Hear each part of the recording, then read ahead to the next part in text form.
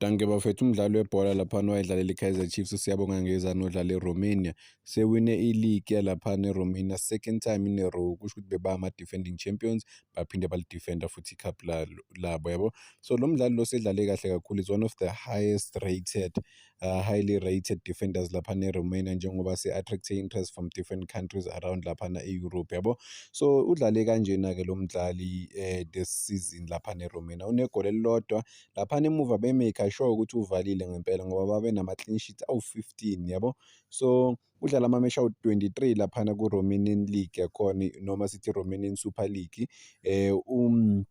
Ku-cup game udlala imeshi eyodwa, ku-Super Cup nakhona udlala imeshi eyodwa, ku-UEFA Europa matches udlala ama-match awu-11. Simbonile laphana e-Old Trafford adlala no-Manchester United, adlala namanye futhi ama-teams amakhulu yabo. So i-team yakhe njengoba yaba ama-champions yaqualifya for i-UEFA Champions League, but amalokhu njani ama-qualifiers, hhayi ama-group stages bayishaya-ke lapho, and then kula yakhona ku-UEFA Europa-ke yakwazi ukuthi iqualify yabo. So Champions League udlala ama-match awu-5.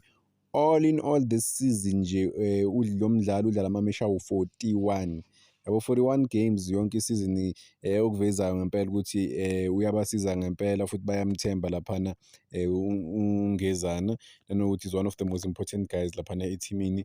Ngibonile in recent weeks nje ama-article kuthiwa i-owner le-club limkhompera no-Diego Maradona, kuthiwa uDiego Maradona oyi-defender kodwa wasemuva yabo, ngoba udlala kahle kakhulu. Ne-coach e-Manchester United before kudlalwa ne-team kaNgezane yasho ukuthi bane-good defense ngempela yabo. So i-physique laphana kaNgezana i-right ngempela emuva, and then iya-contribute kakhulu.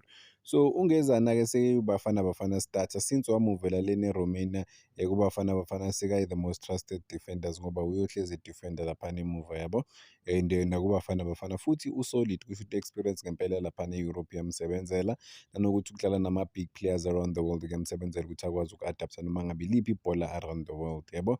So yeah, from Kaizer Chiefs ukubhuka ama-fans, ukumthuka, ukum-attack-a ngoba enza amaphutha, to ukuthi aye-Europe and becomes one of the finest guys laphana in terms of ukudlala kwakhe laphana eligini yase-Romania, nanokuthi maningi ama-team vele kuthiwa ambhekile umfana, so ubona ukuthi izinto zakhe zizohamba kanjani. Singakhohlwa ukuthi i-Kaizer Chiefs yamthengisa around 12 to 15 million depending on the exchange rate on the day, but Kaizer Chiefs ine-10% ukuthi next time abamthengisa uNgezana ba-entitled to i-10%, kusho ukuthi bazokwazi ukuthola imali if uNgezana uyathengiswa, uyahamba kuleya team leya yabo.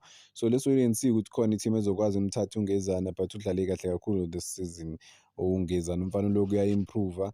Yazi le ndaba kaNgezana, the way adlala ngakhona laphana e-Europe, the way abamthanda ngakhona, trusted ngakhona, kuyasho ukuthi ngempela umuntu akalahlwa bafethu. Danko.